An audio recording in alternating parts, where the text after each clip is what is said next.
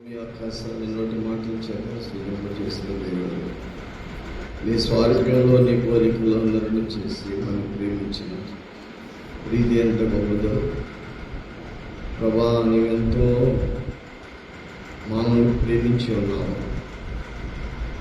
ప్రభా. నీ ప్రేమ ఎంత గొప్పదో మేము జ్ఞాపకం చేసుకునే వారిగా మమ్మల్ని సిద్ధపరిచింది. ఈ వాక్యాన్ని ధ్యానించబోతుండగా మీ మాటల్లో ఉన్న సత్యాన్ని గుర్తించగలిగిన పరిజ్ఞానం తెలివి మాకు అనుగ్రహించండి దేవా. వాక్యాన్ని అలవాటు చొప్పున నాయన మేము ధ్యానించి మర్చిపోయే వారంగానే ఉంటున్నాము, కానీ వాటిని అనుకరణ చేయలేకపోతున్నాము.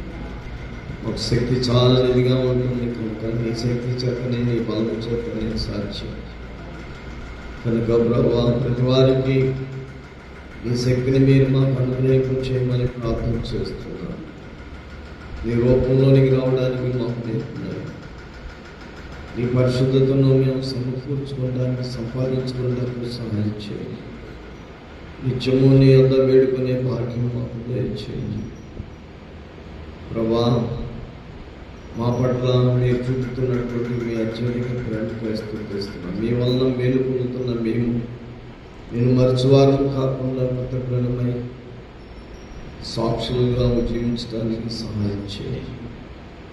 మాతో మాట్లాడమని నన్ను మరుగు చేసి నా నోట నీ మాటలు ఉంచమని ప్రభు యేసు నామమున వేడుకొని ప్రార్థన చేస్తున్నాము తండ్రి. ఆమేన్. మీ అందరికీ వందనాలండి. మొదటి వచనంలో ఒక మాట, వేరుండు గోరువాడు స్వేచ్ఛానుసారుగా నడుచువాడు, అటువాడు లెస్సైన జ్ఞానమునకు విరోధి. వేరుండు గోరువాడు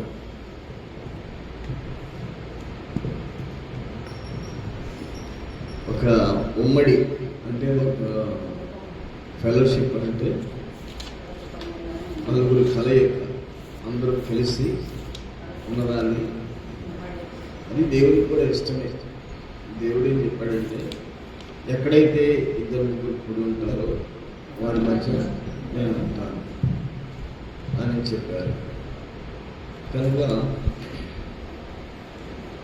మనం కలిసి ఉండి ప్రార్థన చేసే అనుభవం గొప్పది. అక్కడ నేను ఉంటాను అంటే ఉమ్మడిగా ఉండి వారు ఏక మనసుతో చేసినటువంటి ప్రార్థనకి ఫలితాలు చూడగలుగుతారు. ఒక కష్టము అందరు పంచుకోవడం మంచిదా, లేకపోతే ఈ యొక్క కష్టము వాళ్ళు పంచుకోవడం, వాళ్ళే భరించడం మంచిదా? అందరూ పంచుకుంటే అది తేలిగ్గా ఉంటుంది. అలానే సుఖాన్ని కూడా అందరూ పంచుకోవచ్చు. కనుక ఇక్కడ దేవుని వాక్యం కూడా ఏముందంటే, మనం అందరం కూడా ఎక్కడెక్కడ వారమైనా ప్రభునందు ఒకటవుతున్నాం, ప్రభులో ఒకటవుతున్నాం. కనుక ప్రభు యొక్క నియమానికి కట్టుబడి, ప్రభు యొక్క కట్టడలకు కట్టుబడి, ప్రభు యొక్క ఉద్దేశానికి ఆజ్ఞలకు మనం కట్టుబడి ఎప్పుడైతే ఉండగలుగుతామో అప్పుడు ప్రభు యొక్క లక్షణాలు మనలో కనబడతాయి. అందరిలో కూడా ఎవరి లక్షణాలు వాళ్ళలో ఉండవు, కానీ అందరిలో ఒకే లక్షణం ఉంటుంది. అదేంటంటే దేవుని లక్షణాలు, ప్రభు యొక్క లక్షణాలే ఉంటాయి. ఆ లక్షణాలు, దేవుని యొక్క లక్షణాలు ఏంటంటే, దేవుడు మనల్ని ఎలాగా చూశాడో మనం కూడా అలాగనే చూస్తాం. అంటే దేవుడు మానవుని ఎలాగ ప్రేమించాడో మానవుడు కూడా మానవుని అలాగనే ప్రేమించగలుగుతాడు. అంటే దేవుని యొక్క ఆత్మశక్తి లేకుండా మనం ప్రేమించాలి అని అంటే ప్రేమించలేదు. కనుక అందుకొరకు మనము దేవుని ఆత్మను సంపాదించుకోవడానికి ప్రార్థన చేయాలి. ప్రతి క్రైస్తవుడు కూడా ముఖ్యంగా ప్రార్థన చేయాలి. ఎడతెగక మెలుకోగలిగి విసుగుగా ప్రార్థన చేయండి. విసుగొచ్చుద్ది ప్రార్థన చేసేటప్పుడు, నిద్ర వచ్చింది ప్రార్థన చేసేటప్పుడు, అయినా పోరాడాలి. అంతే కదా. ఇందాక సమాధానము ప్రార్థన, నన్ను ప్రార్థన చేయమంటారేమో అని నాకు ఒక భయము అని చక్కగా ప్రార్థన చేశాను. అలాగా బయట పెట్టగలిగినప్పుడు ఆ భయం అనేది ఏమైపోద్ది, మారిపోతుంది, వెళ్ళిపోతుంది. ఏదో ఒక భయము తనలోనికి ప్రవేశించింది. ఆ భయం ప్రవేశించి ఏం చేసిందంటే ప్రార్థన చేసి నేనే ఉందిలే నాకు అన్నట్టుగా నన్ను అడుగుతారేమో అనే ఒక దూరంగా ఉంటుంది. కానీ తను లేచి ఆ మాట ముందుపెట్టినప్పుడు దేవుడికి ఇష్టం అలాంటి మాట.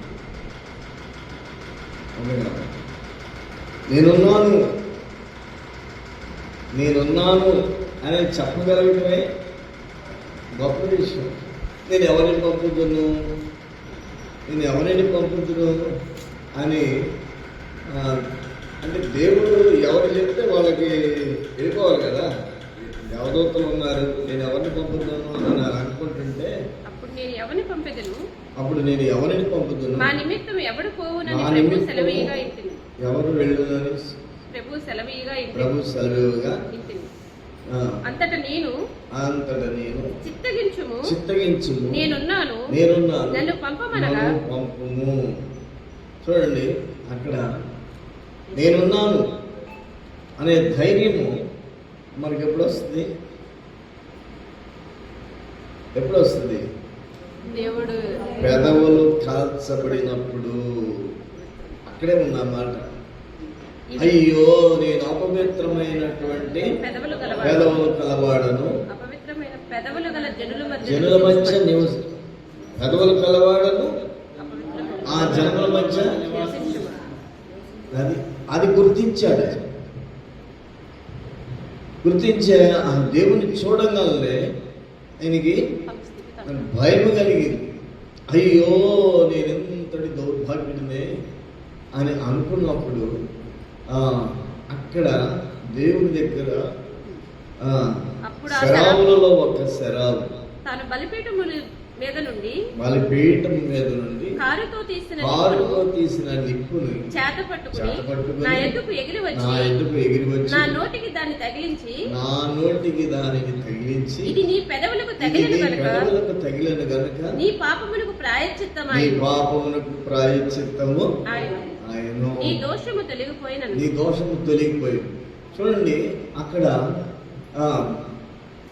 తన స్థితి తనకు గుర్తించగలిగినప్పుడు, గ్రహించగలిగినప్పుడు దేవుడు చూసి, అయ్యో, నేను అపవిత్రమైనటువంటి పెదవులు కలవాడను, అపవిత్రమైనటువంటి జనుల మధ్య నివాసం చేసినటువంటి వాడను అని తెలుసుకున్నప్పుడు ఏమైపోయిందండి?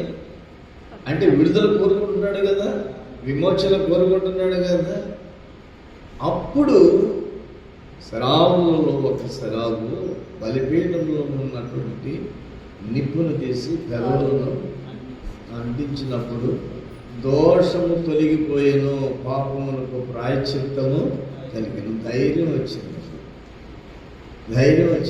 పాపం ఎప్పుడైతే పోతుందో అప్పుడు ధైర్యం వస్తుంది. పాపం ఉన్నంతకాలం భయం వస్తుంది, భయం ఉంటుంది.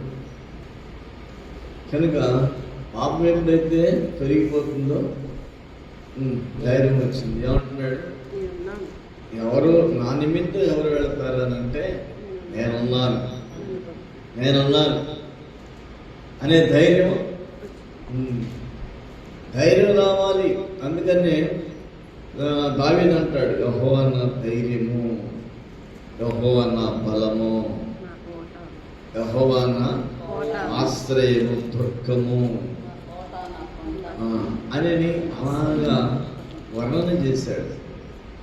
కనుక దేవుని బలము మన బలముగా ఎప్పుడైతే రాగలుగుతుందో అనంతము దైవత్వంగా మార్పు చెందుతుంది.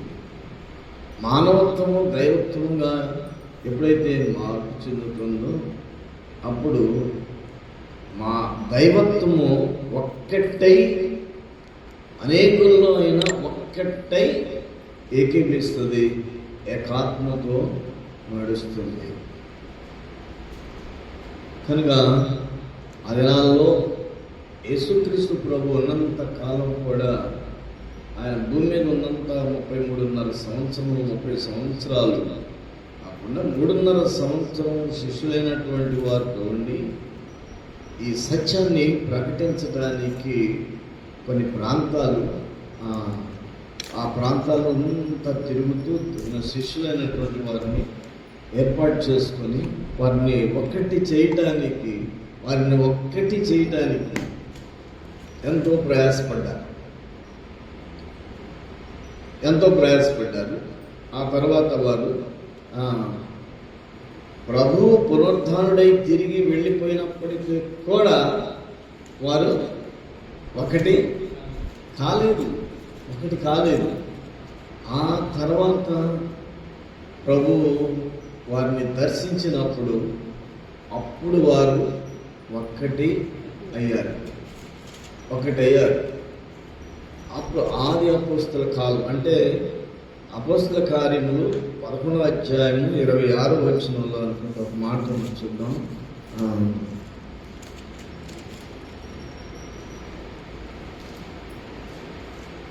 వారు కలిసి ఒక సంవత్సరమంతయు సంఘములో ఉండి బహు జనములకు వాక్యములు బోధించింది. మొట్టమొదట అంత్యకయలో శిష్యులు క్రైస్తవులు అనబడింది. అది చూడండి, వారు కలిసి ఒక్క సంవత్సరమంతయు సంఘములో ఉండి బహుజనులకు వాక్యమును బోధించింది. వారందరూ కలిసి విశ్వసించినటువంటి వారందరూ కలిసి ఒక్క సంఘములో ఎలా ఉన్నారు? సంఘములో ఉండి బహుజనులకు వాక్యమును బోధించిరి. బహుజనులకు వాక్యాన్ని బోధించారు. మొట్టమొదట అంత్యక్రియలో శిష్యులు క్రైస్తవులయ్యేది. శిష్యులు అప్పటిదాకా క్రైస్తవులు అయ్యారా? ఈ దినాల్లో క్రైస్తవులు అంటే నాలుగు వారాలు ప్రార్థనకు రండి అని చెప్పారు, బాప్తిసం ఇచ్చేస్తారు, క్రైస్తవుడు అయిపోయాడు, పేరు మారుస్తారు. కానీ ఎంత కాలం ప్రయాసపడితే ఇక్కడ క్రైస్తవులు అయ్యారు వెళ్ళి? ఏమండి,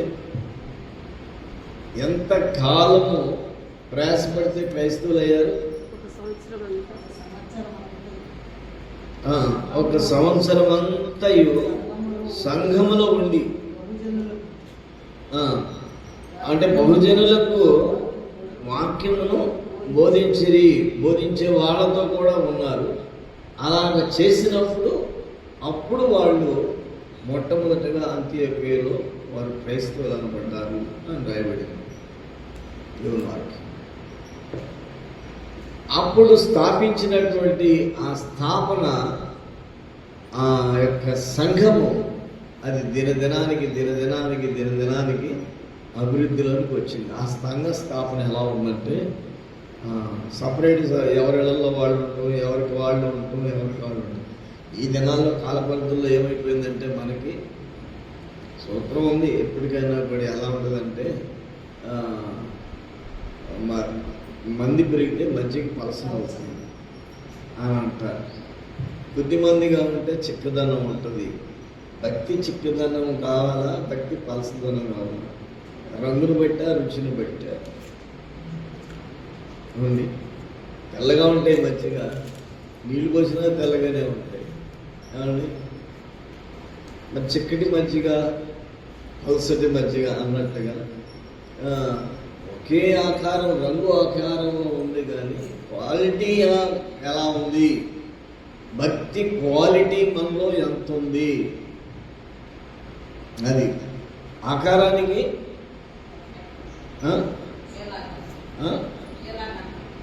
మజ్జిగే, కానీ క్వాలిటీ ఎంత ఉంది? దాంట్లో క్వాలిటీ ఎంత ఉంది, అది కావాలి మనకు. భక్తి ఆకారానికి ఉన్నాము కానీ దాని క్వాలిటీ ఎంత? ఆ క్వాలిటీ ఏంటంటే ఆ దినాల్లో క్రైస్తవులు అనబడినటువంటి వారందరూ కూడా అపోస్తల కార్యాలకు వెళ్ళిపోతే అక్కడ దొరుకుతుంది మనకి. అదే 2వ అధ్యాయంలో అనుకుంటాం.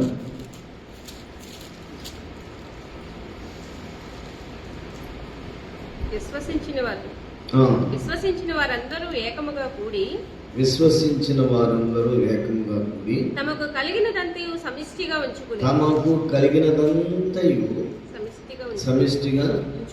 ఉంచుకొనిరి. ఇదియుగాక వారు తమ స్థిరాస్తులను అమ్మి అందరికి వారి వారి అక్కడి కొలది పంచిపెట్టిరి. మరియు వారు ఏక మనస్కులై ప్రతిదినము దేవాలయములో తప్పక కూడుకొనుచు ఇంటింటా రొట్టె ఇరుచుచు దేవుని స్తుతించుచు ప్రజలందరి వలన దయ పొందిన వారై ఆనందముతోనూ నిష్కపటమైన హృదయముతోనూ ఆహారము పుచ్చుకొనుచుండిరి. మరియు ప్రభువు రక్షణ పొందుచున్న వారిని అనుదినము వారితో చేర్చుచుండెను. చూడండి, ఇక్కడ ఇదియునగాక వారు తమ విశ్వసించిన వారందరూ ఏకముగా కూడి తమకు కలిగినదంతయు సమిష్టిగా ఉంచుకొనిరి. అంటే ఉన్నది వాళ్ళది కాదు, వాళ్ళది కాదు. ఆ మనస్సు ఎప్పుడు వస్తుందండి? ఆ సమిష్టి మనస్సు అనేది ఎప్పుడు రాగలుగుతుంది మనిషికి? ఏక మనస్సు అని రాయబడింది కదా. ఏక మనస్సు ఎప్పుడు రాగలుగుతుంది?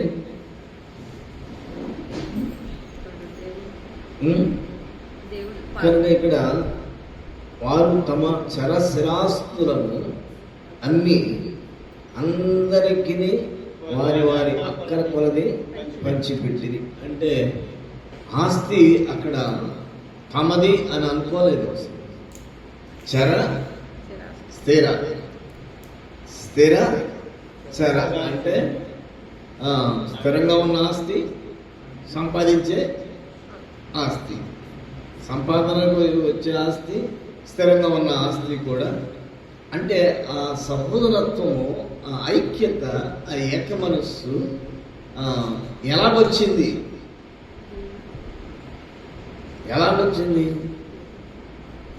అయ్యో, నేను అపవిత్రమైనటువంటి పెదవులు గలవాడను, అపవిత్రమైనటువంటి జనుల మధ్య నివసించిన వాడు, నశించి తిని అన్న విషయాన్ని గ్రహించినప్పుడే,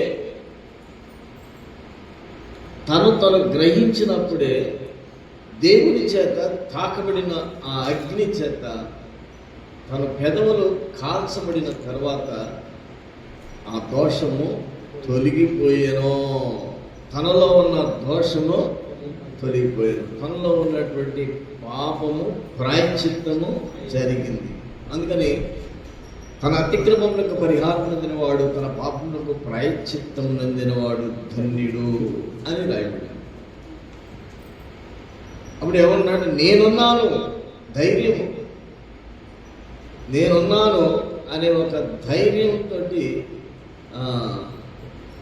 తాను నన్ను పంపమని.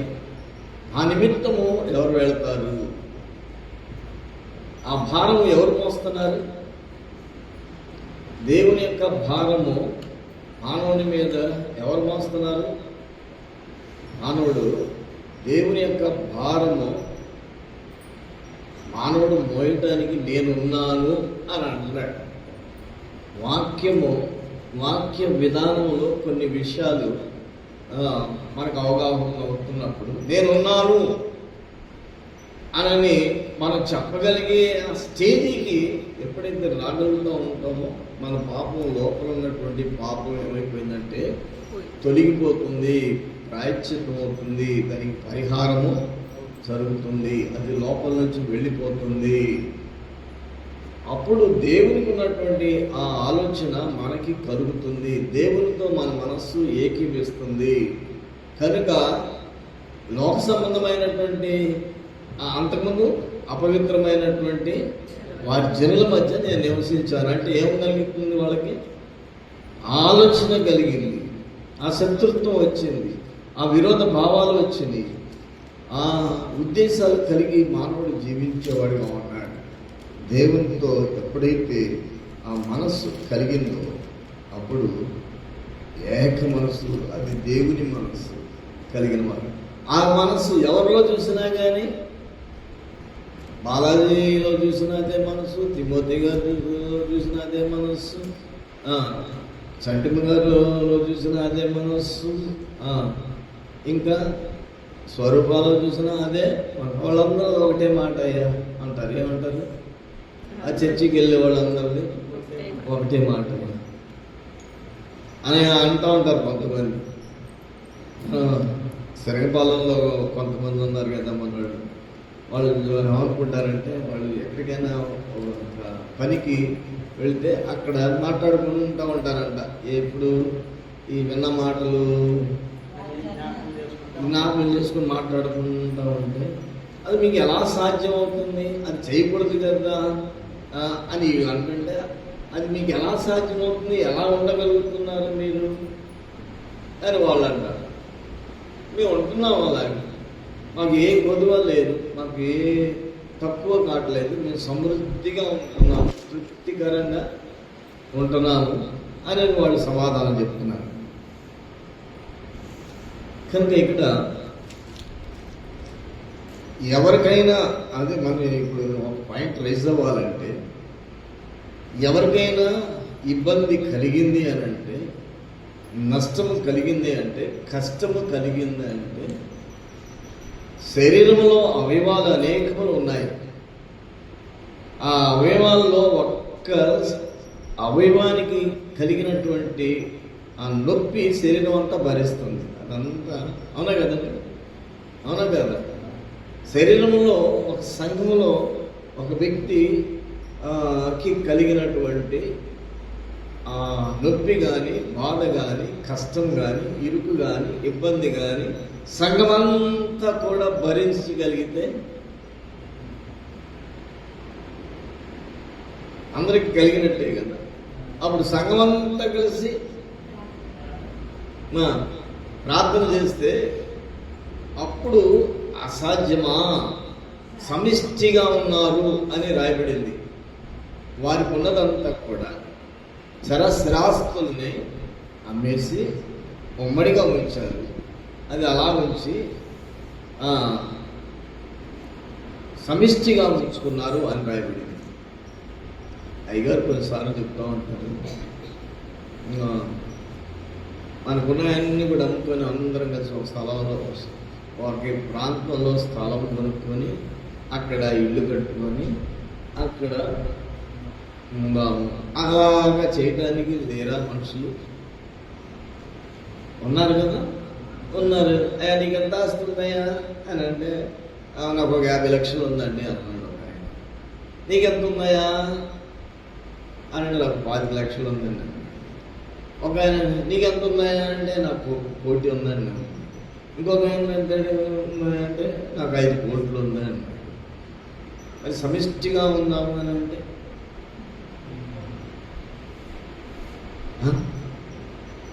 సమిష్టిగా ఉందాము అంటే మరి దైవ సేవకుల యొక్క ఉద్దేశం ఏమిటి? ఆది అపోస్తల కాలంలో ఏర్పాటు చేయబడినటువంటి ఆ సంఘము ఈ దినాల్లో ఏర్పాటు చేయబడుతుందంటే ప్రపంచంలో ఉత్తమమా, ఉన్నతమా, లేకపోతే ఎల్ఏఎఫ్లో ఏదో న్యూజివీడ్లో ఒక స్థలంలోనే ఉంది అనుకుంటారా? అవునండి. ఆది అపోస్తల కాలంలో సంఘం అలాగా స్థాపించబడింది. అలాగా ఉన్నాము అని అనుకుంటే ఎంతమంది తమ మనసులు కలుపుతారు?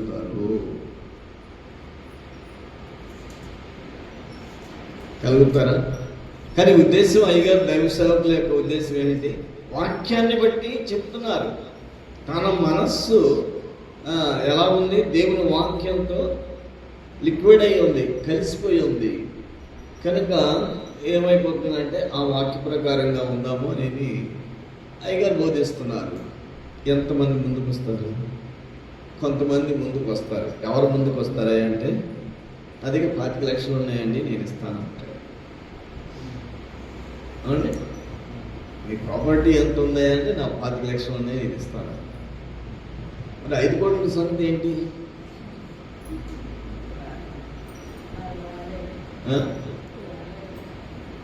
ఏమనిపిస్తుంది ఆయనకి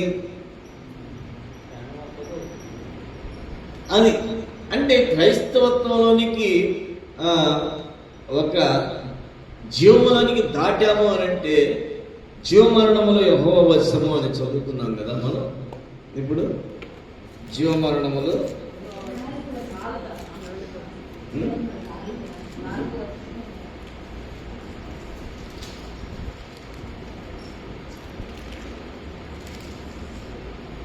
జీవమరణము 4 వశము అని ఉంది. సరే, 4 వశము. ఈ 4 ఏం చెప్తుందండి? ఆ 4 కదా, యెషయా 4 కదా మాట్లాడింది. ఏం మాట్లాడింది? నేనున్నాను, నన్ను పంపమని ఆ 4 మాట్లాడింది. ఇప్పుడు ఈ 4 ఏం మాట్లాడాలి? ఏ మౌనంగా అలానే ఉంటుందా? చెప్పండి. జీవ మరణములు 4 వశము. దాని యందు ప్రీతిపడి వారు దాని ఫలము తిందురు. కనుక ఆ సమిష్టి అనుభవంలో ఉన్నటువంటి శక్తి అలాగా ఉండి చేసి వాళ్ళు చేసిన ప్రార్థనను బట్టి సంఘము ప్రారంభం ఎంత? సంఘము ప్రారంభం ఎంత? 12 మంది శిష్యులు, 12 మంది నుంచి 120 మందికి చేరారు. తర్వాత అపోస్తుడు కాలేదనుకుంటా, పేతురు లేచి మాట్లాడినప్పుడు 3000 మంది మార్పు చెందారు. తర్వాత 2000. అలాగే సంఘం ఏమైంది? విస్తరిస్తుంది సంఘం. అది సంఘం. ఒకవేళ సంఘం విస్తరిస్తుంది అని అంటే జనసమూహం విస్తరించడం కాదు, అక్కడ క్రియావిధమైనటువంటి జీవితం అక్కడ కనబడుతుంది. విస్తరిస్తుంది. ఆ విస్తరించినటువంటి వారి యొక్క విధానాల్లో పరిశుద్ధాత్మ దేవుడు వారిని నడిపిస్తున్నాడు. ఆ సమిష్టిలో, వారిలో ఉన్నటువంటి ఆ సమిష్టిలో అప్పుడు వాళ్ళకు ఉన్నాయన్నీ మర్చిపోయారా? ఉన్నాయా? ఆ సమిష్టిలో ఉన్నాయన్నీ ఏమైపోయినాయి? ఉన్నాయన్నీ ఒకటైపోయింది. ఉన్నాయంతా ఒకటైపోయింది. అందరూ చెప్పగలిగేది ఏంటి? ఆ ఒక్కటి చెప్తారు. ఆ ఆస్తి, మీ ఆస్తి అంత అంటే అది మొత్తాన్ని చెప్తారు. మేమందరం ఒకటే, మా ఆస్తి అంతా ఇది సమిష్టి. అప్పుడు మనం కూడా మనసులో ఏక మనస్సు కలిగి అందరం కలిసి ఈ దినాల్లో హృదయాన్ని సిద్ధపరచుకొని, సమస్య లేని మానవుడు లేడు, కుటుంబం లేదు. ఆ సమస్యల నిమిత్తము మనము అందరం కలిసి ప్రార్థన చేసినట్లయితే, అంటే ఒకవేళ మనసులన్నా కలుపుతామేమో, ధనం కలపలేకపోయినా కానీ ధనం కలిపి అందరం సమిష్టిగా ఉండి చేస్తే, నువ్వు ప్రార్థన చేస్తుండగానే పరిశుద్ధాత్మ శక్తి నీ మీదకి వచ్చేస్తుంది. ఏరియా ప్రార్థన చేస్తున్నప్పుడు ఐక్యత లేని మనుషులు 480 మంది ప్రవక్తలు, ఇంకా 400 మంది ప్రవక్తలు బయలారా బయలారా బయలారా అని అంటే, కానీ దాని ఎందుకు విశ్వాసం ఉంచి వాళ్ళు చుట్టూ తిరుగుతున్నారు. బయలారా బయలారా అని ఆకాశం అడుగుతున్నారు, కొట్టుకుంటున్నారు, పోసుకుంటున్నారు, ఎన్ని చేసుకుంటున్నారు. ఉదయం మొదలుకున్నారు, సాయంత్రం దాకా కేకలు కాస్తున్నారు. వచ్చాడా? ఒక్కడే ఆయనతో ఏకీమించే వాళ్ళు లేరా? రాజులు లేరా? అధిపతులు లేరా? మరి మరి యేసు ప్రభు దేవుని యెహోవాను నమ్మినటువంటి ప్రవక్త అయ్యున్న ఏలియా ఒక్కడ మాత్రమే అన్నాడు, నేను ఒక్కడనే మిగిలి ఉన్నాను అని అన్నాడు. కానీ దేవుడు ఏమన్నాడంటే బయలుకు మొక్కున్నటువంటి వారు ఈ శేషము 7,000 మంది నాకున్నారు అని అన్నాడు. దేవుని దృష్టిలో ఎంతమంది ఉన్నారు? 7,000 మంది. నువ్వు ఒక్కడ, ఆయన దృష్టికి ఆయన ఏమనుకుంటున్నాడు? నేను ఒక్కడనే ఉన్నాను దేవా, నేను ఒక్కడనే ఉన్నాను అంటున్నాడు. వాస్తవంగా ఒక్కడే కనబడుతున్నాడు. వాళ్ళు 450 మంది ఉన్నారు, ఇంకా 400 మంది ఉన్నారు. ఆ యొక్క అక్కడ 2 ఎద్దుల్ని 2 కందకాలు తవ్వి అక్కడ వధించి దాని మీద పెట్టి ఎవరు నిప్పేయటానికి వీలు కాదు. సరే, మీ బయలే దేవుడైతే మొదట మీకే అవకాశం ఇస్తున్నాను. ఎంతసేపు మాట్లాడినా ఎంతమంది వాళ్ళు ఏమండి? వేల సంఖ్య మా దగ్గరికి వస్తారు ప్రార్థనలకి అని అంటారు. వేల సంఖ్యలో ప్రార్థన చేసినా ఏం జరగదండి. అక్కడి నుంచి దేవుని ఆత్మ రాదు. నీతిగా బ్రతికిన ఒక్కడు మాత్రమే ప్రార్థించుచుండగా అంత సమయమంతా కూడా వాళ్ళకి ఇచ్చేసి అందులో ఆ కందకాల మీద నీళ్లు పొర్లిపోయేటట్టుగా ఓపించాడు. ప్రార్థించుచుండగానే ఆకాశం నుండి అగ్ని, దహనబలి పశువులను, కట్టెలను, రాళ్లను ముగ్గిని దహించి కందకమందున్న నీళ్లను ఆరిపోజేసను. అంతట జనులందరూ దాన్ని చూసి సాగిలపడి యెహోవాయే దేవుడు, యెహోవాయే దేవుడు అని సాగిలపడ్డారు. అప్పుడు రాజు సైతము రాజ్యంలో ఉన్నటువంటి మనుషులు సైతము ఎవరిని విశ్వసించారు? అంతకుముందు బయలు అని చెప్పి ఎంతమందిని పోషించాడు ఆయన? రాజు ఎంతమందిని పోషించాడు? అంధకారంలో ఉన్నాడా, వెలుగులో ఉన్నాడా? ఎవరి చేత నియమింపబడిన రాజు? ఇశ్రాయేలీలు గోత్రంలో నుంచి వచ్చినటువంటి రాజే కదా. ఏమైపోయాడు? అంధకారంలోనికి వెళ్ళిపోయాడు. క్రైస్తవత్వం ఈ దినాల్లో అంధకారంలోనికి వెళ్ళిపోతుంది. కనుక ఏం చేయాలి? ప్రార్థన. నీ ప్రార్థనకి జవాబు రావాలి కదా. ఏలియా ఒక్కడే ఉన్నాడు. 10 మంది మాట గెలుస్తుందా, ఒక్కడి మాట గెలుస్తుందా? చెప్పండి. 10 మంది మాట గెలుస్తుందా, ఒక్కడి మాట గెలుస్తుందా? ఒక్కడి మాట. అయినా కానీ నిలబడ్డాడు. ఎందుకని? ఏ ధైర్యంతో నిలబడ్డాడు? దేవుని ధైర్యంతో నిలబడ్డాడు. ప్రార్థన చేస్తుండగానే ఆకాశం నుండి అగ్ని దిగి వచ్చింది. ఆ బలిని దహించి వేసి నిరూపించాడు దేవుడు, ఇతడు నా ప్రవక్త. కనుక ఆ 450 మంది ప్రవక్తల్ని, వేరే ప్రవక్తలు 400 మందిలో 850 మంది ఉన్నారు. అందరిని పట్టుకొని ఏం చేశారు ప్రజలు? అంత సాగిలపడి యెహోవా దేవుడని విశ్వసించారని రాయబడింది. కనుక అయినా అప్పటికైనా కానీ ఇంతమందిని చంపినటువంటి ఏలియాని చంపడానికి యెజబెలు, ఆ రాణి యెజబెలు ఏం చేసింది? యెజబెలు ఒక దూత చేత ఏలియాకు ఈ వర్తమానం పంపించును. రేపు ఈ వేళకు నేను నీ ప్రాణమును వారిలో ఒకని ప్రాణము వలె, రేపు ఈ పాటికి వారిలో ఒకని ప్రాణం అలాగా నేను చేయకపోతే దేవుడు నాకు గొప్ప అపాయము కలగజేయుగా. మళ్ళీ దేవుడు ఏమన్నాడండి? మళ్ళీ దేవుడు నాకు గొప్ప అపాయం కలగజేయుగా ఎలా మాట్లాడాడు?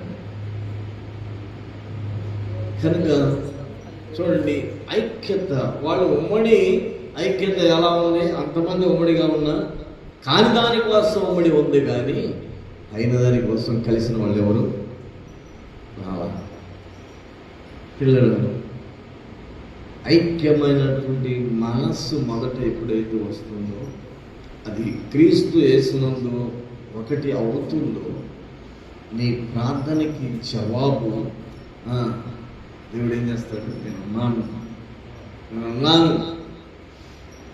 అలాగా మనం ఒక గొప్ప కార్యాలు చూస్తున్నాం అనుకోండి, ఎంతమంది వచ్చేస్తారు చెప్పండి? ఊరు కదలదా? అవునండి, ఊరు కాదు, ఊరికి పేరు ఏమైంది? ప్రసిద్ధి చెందుతుంది. ప్రక్కన ఇంకా ప్రక్కన ఆ సమిష్టి, ఆ ఉమ్మడితనం, ఆ ఏక మనస్సు ఆ దినాల్లో జరగటం వలన వాళ్ళు బలవంతులుగా నిలిచినట్లుగా. అప్పట్లో ఆ రోజుల్లో జరిగినటువంటి గొప్ప కార్యం ఏంటంటే, 3వ అధ్యాయంలోనేనమ్మా, అపొస్తలుల కార్యంలో 3వ అధ్యాయంలోనే పేతురు యోహానులు దేవాలయంలోనికి ఎక్కి వెళ్ళుచుండగా మొదలుకొని కుంటివాడైన ఒక మనుషుడు మోసుకుని పోబడుచుండెను. వాడు దేవాలయంలోనికి వెళ్ళు వారిని భిక్షమడుగుటకు కొందరు ప్రతిదినము వారిని శృంగారమును దేవాలయపు ద్వారమునంత ఉంచుచూ వచ్చిరి. పేతురును యోహానును దేవాలయంలో ప్రవేశింపబోనప్పుడు వాడిని చూసి భిక్షమడగగా పేతురును యోహానును వారిని తేరి చూసి మా తట్టు చూడమనిది. వాడు వారి యొద్ద ఏమైనా దొరుకునని కనిపెట్టుచు వారి యొద్ద లక్ష్యమించును. అంతట పేతురు, వెండి బంగారములు నా యొద్ద లేవు గాని నాకు కలిగినదే నీకు ఇచ్చుచున్నాను. నజరేయుడైన యేసుక్రీస్తు నామమున నడవమని చెప్పి వాని కుడి చెయ్యి పట్టుకుని లేవనెత్తును. వెంటనే వాని పాదములను చీలమండలను బలము పొందెను. వాడు దిగ్గున లేచి నిలిచి నడుచుచు గంతులు వేయుచు దేవుని స్తుతించుచు వారితో కూడా దేవాలయంలోనికి వెళ్ళును. చూడండి, ఇక్కడ ఒక గొప్ప కార్యం జరిగింది. వెండి బంగారములు నా యొద్ద లేవు, కానీ నా దగ్గర ఉన్నదే నీకు ఇచ్చుచున్నాను. వెండి బంగారములు నా యొద్ద లేవు, కానీ నాకు కలిగినదే నీకు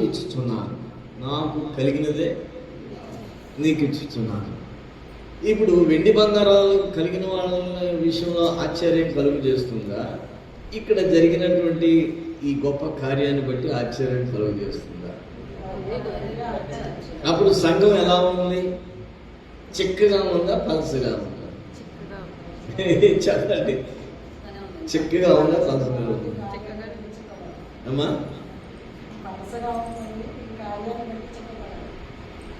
ఇప్పుడు కాదు, అప్పుడు సంఘం ఎలా ఉంది? చిక్కగా ఉంది సంఘం. ప్రారంభంలో ఎలా ఉంది? ఎవరైనా ప్రారంభంలో ఎలా ఉంటారంటే, మారుమనసు పొందిన ప్రారంభంలో ఎలా ఉంటారంటే, భక్తిలో చిక్కగా ఉంటారు. రోజు రోజుకి పలసపడిపోతూ ఉంటారు. రోజు రోజుకి చిక్కబడాల్సింది పలసపడుతున్నారు. కానీ ఆ దినాల్లో, ఈ దినాల్లో కూడా జరిగేది అదే కనబడుతుంది. కానీ మనం జరగాల్సింది ఏంటి? యేసుక్రీస్తు ప్రభు ఎదిగే కొద్దిగా చిక్కదనాన్ని చూపించాడు భక్తిలో. ఇక్కడ మనం ప్రభునందు విశ్వాసం ఇచ్చినటువంటి వారు ఎదిగే కొద్దిగా ఏం చూపిస్తున్నాం? పలసదనాన్ని చూపిస్తున్నాం. అక్కడ పేతురు యోహానులు అక్కడ ఆ దేవాలయంలోనికి ఆ మెట్ల దగ్గరికి వెళ్ళినప్పుడు భిక్షమెత్తుకునే ఒక పుట్టుక నుంచి కుంటివాడు భిక్షమెత్తుకునేవాడు మోసుకొని వస్తున్నారు, మోసుకొని తీసుకెళ్తున్నారు. అంటే మోసుకొచ్చే వాళ్ళకి ఏదో కొంత ఉంది. ఆ మెట్ల దగ్గర కూర్చోబెడుతున్నారు, మళ్ళీ సాయంత్రం తీసుకెళ్ళేటప్పుడు తీసుకెళ్తున్నారు. అతను ఏదో భిక్షం ఎత్తుకుంటున్నాడు. అది దాంట్లో కొత్త వాళ్ళకి ఆయన అన్నాడు, వెండి బంగారములు మా యొద్ద లేవు, నా యొద్ద ఉన్నవే మీకు ఇస్తున్నానని నజరేయుడైన యేసు నామమున లేచి అని అన్నప్పుడు దిక్కులు ఒక మెరికల్ జరిగింది అక్కడ. ప్రారంభమే కదండి. సరే మన సంఘం ప్రారంభం అనుకున్నాం అనుకున్నాము అనుకుని పటిష్టంగా ఒక మనసుతోనే ఏక మనసుతో ఉండి ఏదైనా ఒక మెరికల్ జరగాలి అని దేవుని సన్నిధిలో అడిగితే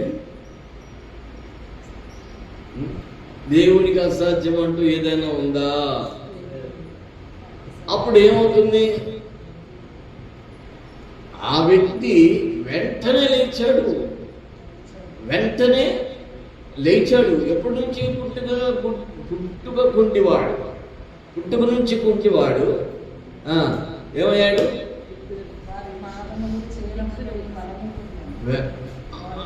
నజరేయుడైన యేసు నామమున లేచి నడవమనగానే దిగ్గున లేచాడు. వెంటనే పుట్టుక నుంచి కుంటివాడు అప్పుడు దిగ్గున లేవడంలోనే ఎంత ఆశ్చర్యం కలిగిందంటే మందిరంలోకి వెళ్ళాడు. మందిరంలోకి అందరూ దేవుని స్తుతిస్తుంటే ఆయన గంతులు వేయటం ప్రారంభించాడు. కుంటోడు గంతులు వేస్తాడండి, ఇంటివాడు గంతులు వేస్తాడా? వేస్తున్నాడు. నేను రాలేనండి, నేను చేయలేనండి అని అన్నవాడు వస్తాడా రాడా? వస్తాడా రాడా? మందిరంలోకి వచ్చాడా లేదా? గంతులు వేసాడా లేదా? అక్కడ దాకా వచ్చి అక్కడ కూర్చున్నవాడు అక్కడి నుంచి లోపలికి రావడానికి రాలేని స్థితిలో ఎన్ని సంవత్సరాలు ఉన్నాడు. కానీ ఇప్పుడు లోపలికి రావడం జరిగింది. దేవుని స్తుతిస్తున్నాడు, గంతులు వేస్తున్నాడు. అంటే అక్కడ దేవుడు బలపరిచినటువంటి ఆ దినాల్లో ప్రవక్తలు, ఈ దినాల్లో అపోస్తులు ప్రభు ఆరోహణుడైపోయిన తర్వాత పరిశుద్ధాత్మ శక్తి చేత ఉన్నటువంటి వాళ్ళ యొక్క జీవితాలు ఎలాగ దేవునికి అంకితమైనయో, ఎంత ధైర్యం తెచ్చుకున్నారో, ఎంత బలం తెచ్చుకున్నారో. వారు ఏమయ్యారండి? గొప్ప కార్యాలు చూశారు. ఉన్నతమైన అది అప్పటికే పరిమితమా? అది నేటికి కూడా సాధ్యమవుతుందా? మరి అయ్యగారు మొన్న ఆ మాట చెప్పారు. అంత వయసు వచ్చింది, పెద్ద వయసు వచ్చేసింది అయ్యగారికి, అయినా ఆలోచన కలిగి ఉన్నారు. అలాంటి స్థితికి ఒక నాయకుడు బలంగా ఉండగలిగినప్పుడు ఆ నాయకుడి యొక్క మాట అందులో చేర్చబడిన వారందరూ ఉన్నట్లయితే ప్రపంచానికే ఒక టవరా కాదా? ప్రపంచానికే ఒక టవరా కాదా? సంఘం అంతా చాలా మంది సమకూర్చి 10,000 మంది పుట్టారు, 1,00,000 మంది మీటింగ్కి వచ్చారంటే 1,00,000 మంది మందిగా ఉన్నారు. కానీ 1,00,000 మంది ఒకటిగా ఉన్నారా? 10 లక్షల మంది ఒకటిగా ఉన్నారు. 1,00,000 మంది 1,00,000గా ఉన్నారని అంటే డిఫరెంట్ ఉంది. 10 లక్షల మంది ఒక్కటిగా ఉన్నారంటే అమ్మా గొప్ప విషయం కదా. అది అలా ఇద్దరు మనసులు ఒకటి కాని దినాలు అయిపోయింది. సపరేట్ చేస్తున్నాడు అప్పు. అది ఒక్కటి చేయాలని దేవుడు ఏమండి? దేవుడు ఒక్కటి చేయాలని, ఇద్దరిని ఒక్కటి చేయాలని, నలుగురిని ఒక్కటి చేయాలని, 10 మందిని ఒకటి చేయాలని, 100 మందిని ఒకటి చేయాలని, కానీ ఒక గుంపుని వేరువేరుగా చేయాలని. మనం చదువుకున్నటువంటి ఆ మాట, మొదటి మాట, వేరుండు కోరువాడు స్వేచ్ఛానుసారి. వేరుండు కోరువాడు స్వేచ్ఛానుసారుగా నడుచువాడు, అట్టివాడు లెస్సైన జ్ఞానమునకు విరోధి. ఇప్పుడు వచ్చిందా ఆన్సర్? ఇక్కడ ఆన్సర్ వచ్చిందా? ఇప్పుడు ఇవన్నీ చెప్పుకుంటూ వచ్చాము. ఇప్పుడు ఆన్సర్ వచ్చిందా లేదా? వేరుండు కోరువాడు అంటే వేరు చేసేది ఎవరు అమ్మా? వేరు చేసేది ఎవరు? ఒకటి చేసేది ఎవరు? దేవుడు. వేరు చేసేది ఎవరు అంటే చేసేది ఎవరు? అపవాది. తమ ఇష్టానుసారం వేరుండి కూడా వాడు స్వేచ్ఛానుసారముగా నడుచువాడు. అంటే మనకేమొచ్చింది? ఆయనకి స్వేచ్ఛ వచ్చేసింది, ఇష్టానుసారం వచ్చేసింది. దేవుని భయం అనేది ఉండదు, ఒకళ్ళ భయం అనేది ఉండదు, ఒకళ్ళ నాయకత్వం అనేది ఉండదు.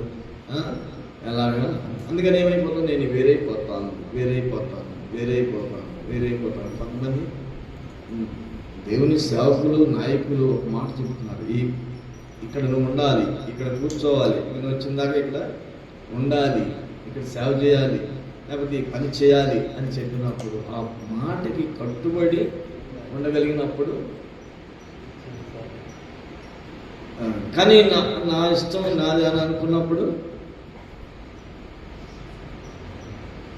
అపవాది ఏం చేస్తున్నాడంటే దేవుడు ఒక్కటి చేయాలని ఇంత ప్రయాసం. ముందు ఎంతమందిని ఏర్పరచుకున్నాడు? 12 మందిని ఏర్పరచుకొని 12 మందిని ఒక్కటి చేయాలి. 12 మంది ఒక్కటి చేయాలి. అందులో దుష్టుడు ఒకడు ఉన్నాడు, అపవాది. వాడు వేరైపోయాడు, లెస్ అయిన జ్ఞానమునకు విరోధి అయిపోయాడు. అవునా కదండి? విరోధి అయిపోయాడు. ఏమైపోయాడు? దేవుని బట్టి వేరయ్యాడు.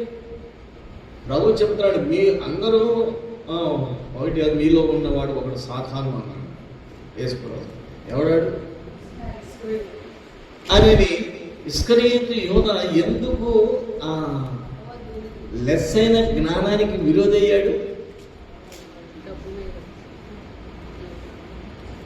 30 వెండి రూపాయలు ఏపాటివండి అనుకున్నా. ఆ రోజుల్లో చాలా విలువ కలిగి ఉండవచ్చునేమో, కానీ అపవాదికి లోపడ్డాడు. అపవాది మాటకి దాన్ని ప్రేమించకుండా ఉన్నట్లయితే లెస్ అయిన జ్ఞానమునకు తగినవాడిగా ఉండేవాడు, లెస్ అయిన జ్ఞానానికి విరోధి అయిపోయాడు. కనుక ఆ 12 మందిలో ఇంకొక అతను వచ్చి చేరాడు. 12 మందిలో ఒకడు ఏమయ్యాడు? వేరయ్యాడు. 12 మందిలోకి ఒకరు చేరాడు. 12 మందిని దేవుడు ఏం చేశాడంటే స్థిరపరిచి ఏం చేశాడంటే వాళ్ళకి అప్పగించిన పని ఏంటంటే ఈ సత్యాన్ని మీరు 12 మంది మరలా డిఫరెంట్ అవ్వబాకండి.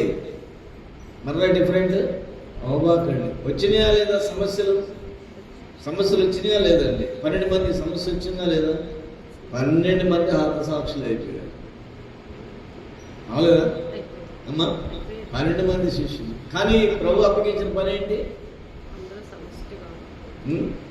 సర్వలోకానికి వెళ్ళి ఈ సత్య సువార్తను ప్రకటించండి, సర్వ ప్రజలను శిష్యులుగా చేయండి. అది శిష్యులుగా చేయండి అంటే ఒకటిగా మీరు ఒకటై ఉన్నట్లుగా ఒకటిగా ఏకంగా చేయండి.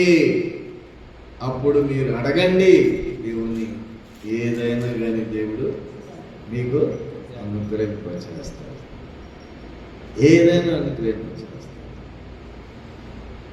అని మనం ఏమైనా పలసం చేసుకున్నాం, మంచిగా ఏం చేసామండి?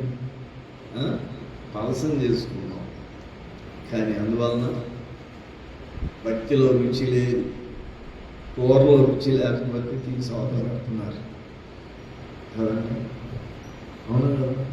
కూరలో రుచి లేకపోతే తీసుకోవాలి, భక్తిలో రుచి లేకపోతే సర్దుకో ప్రభు, ఎట్టగట్ట ఈ పూటకి ఎట్లా చేశానులే కానీ మంచి పులుసు,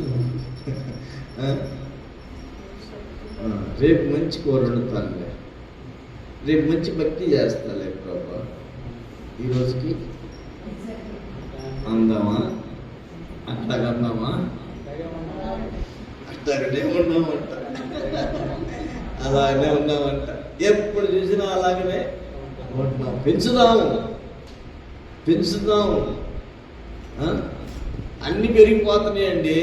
స్థలాల రేట్లు పెరుగుతున్నాయి, వస్తువుల రేట్లు పెరుగుతున్నాయి, అన్ని రేట్లు పెరుగుతున్నాయి. భక్తి విలువ పెరగట్లా. భక్తి విలువ, ప్రార్థన పట్టు పెరగటల్లా. ప్రార్థన పట్టు పెరగట్లా కదమ్మా. పెంచండి, సమిష్టికి వస్తుంది. మనస్సు ఏకత్వానికి వస్తుంది, దైవత్వానికి వస్తుంది మనస్సు. అప్పుడు ప్రార్థన చేయండి. వెండి బంగారాలు మా దగ్గర ఉన్నాయా అమ్మా? ఉన్నాయా? ఏమైపోయినాయి? సమిష్టిగా ఉండిపోయినాయి. అవి సమిష్టిగా ఉన్నాయి. మరి ఏమున్నాయి? దేవుడు మాకు ఇచ్చిందే మా దగ్గర ఉంది. మా దగ్గర ఉన్నదాన్ని బట్టే మేము ప్రార్థన చేస్తున్నాం. నజరేయుడైన యేసు నామమున లేచి ఉందా లేదా? బంగారం కంటే, వెండి కంటే అధికమైన బలం ఉందా లేదా? ఉన్నది తీసి అవతలపడేస్తే దేవుడు ఇచ్చేది ఇచ్చాడా లేదా? నిలబడ్డామా లేదా? ఇంకేంటి? కుంటివాడే లేచి గంతులు వేసాడంటే నీ మనసు ఎలాగా ఆనందిస్తుంది. ఎంత ఆనందదాయకమైనటువంటి జీవితం మనం చూస్తాం. వేరు చేసేది ఎవరండి? అపవాది. సమిష్టి చేసేది ఎవరు? ఇక్కడ రెండు అర్థమైపోయింది మనకి. ఇక్కడ రెండు అర్థమైపోయింది. వేరు చేసేది ఎవరు? అపవాది. ఎవరు పోటీ అర్థం? పోటీ ఎవరికి అర్థం? అమ్మా, దేవుడికి వెయ్యాలి. మనసు కూడా అంటే ఉంది. అక్కడికి వెళ్ళి ఈ బుద్ధులు కదా, ఈ బుద్ధులు అనేది అది చేస్తున్నాడు. మోసగాడు చేస్తున్నాడు, మోసం చేస్తున్నాడు. కనుక మనం మన పక్షాన దేవుడు ఉండగా, మనం దేవుని పక్షాన ఉండగా, విరోధి ఎవరు? అసాధ్యమైనది ఏదైనా కలదా? ఏమండి? అసాధ్యమైన కదా. 10 మంది నీతిమంతులు ఉంటే ఎందుకని అక్కడ అబ్రహాము చేసే ప్రార్థనకి అక్కడ దేవుడు జవాబిస్తున్నాడు. 10 మంది నీతిమంతులు ఉంటే పట్టణమే బాగుపడుతుంది అంటున్నారు కదా. ఉగ్రతకి గురైపోయే పట్టణాన్ని బాగు చేయడానికి 10 మంది నీతిమంతులు ఉంటే చాలు. 10 మంది నీతిమంతులు సిద్ధపడ్డారు. ఎవరికి వాళ్ళు, ఎవరి మీద వాళ్ళు, అత్త మీద కోళ్ళకి, కోళ్ళ మీద అత్తకి, తమ్ముడి మీద అన్నకి, అన్న మీద తమ్ముడికి, తండ్రి మీద కొడుక్కి, కొడుకు మీద తల్లికి, భార్య మీద భర్తకి, భర్త మీద భార్యకి. ఏంటండి? కలహమా, వివాదమా? వీటిని పెట్టుకొని ప్రార్థనకు వస్తున్నావా లేదా? ప్రార్థనకు వస్తున్నావా లేదా? కార్యం జరుగుతున్నాయా? జరగట్లా. 30 రోజులు జూన్ మాస ప్రార్థనలో ఏం సంపాదిస్తావో, ఏది సాధిస్తావో దేవుడికి వస్తున్నాడు. మనం కొద్దిమందిగానే ఉన్నాం. డిసప్పాయింట్ అవ్వాల్సిన పనే లేదు, నిరుత్సాహపడాల్సిన అవసరం లేదు. కానీ దేవుడు ఉన్నాడు. గొప్ప కార్యాలు పట్టు కార్యాలు సాధించు, సాధ్యపరచు. గుంపులోనికి రావాలంటే ఆ మనస్సు కలిగి ఉండు, కార్యం జరిగించు. నిన్ను గొప్ప చేయకపోతే దేవుడు చూడండి, ఏమి తెలియని కూరగాయలు అమ్ముకుంటున్నటువంటి బాలాజీని తీసుకెళ్ళి ఏం చేస్తాడండి దేవుడు? చేపలు పట్టుకున్నటువంటి ఎత్తుని ఏం చేశాడండి? అమ్మా చెప్పండి, ఎంతమందిని? నీడ ఆయన నీడ పడితే చాలు. ఏంటయ్యా బాబు ఈ లోకంలో బ్రతికిన మేరీ, నువ్వేం చేస్తావు చెప్పండి? నీడ పడితే చాలు అనుకున్నారు. స్వార్థం ఏం చేయాలి? నీడ పడితే చాలు. పౌలు నీడ పడితే చాలు అనుకోవాలి కదా. అలాగే సిద్ధపరచొచ్చా, పచ్చకూడదా? చెప్పండి. అవునా? చెప్పమ్మా. అవునా? అవచ్చు, తప్పనిసరిగా. అవునా? చూడండి, పట్టండి, తప్పనిసరిగా అవుతుంది. అంత గొప్ప కార్యం చేస్తాడు. ఆనాడు ఉన్న దేవుడు, ఆనాడు వారికి ఇచ్చిన వాగ్దానం ఇచ్చిన దేవుడు ఈ దినం మనకు కూడా వాగ్దానాన్ని ఇచ్చాడు. ఆ దినం నడిపించే దేవుడు ఈ దినం మనం నడిపిస్తాడు తప్పనిసరిగా. దేవుడు ఆయన ఏకరీతిగా ఉన్నాడు. పలసనవల భక్తిలో చిక్కదనానికి వెళ్ళాడు కానీ పలసన చేయలే. ఆనాడు అజ్ఞాన కాలంలో దేవుడు చూడనట్టుగా ఉన్నాడు. కానీ ఇప్పుడు అందరూ అంతటా మార్పు చెందాలని, దేవుని యొక్క రూపంలోనికి రావాలని దేవుని ఉద్దేశమై ఉందని కార్యం. పలసనవల ఏకరీతిగా ఉన్నాడు దేవుడు. కనుక మనం నిలిస్తే దేవుడు గొప్ప కార్యాలు చేస్తాడు. ప్రార్థన చేసుకుందాం.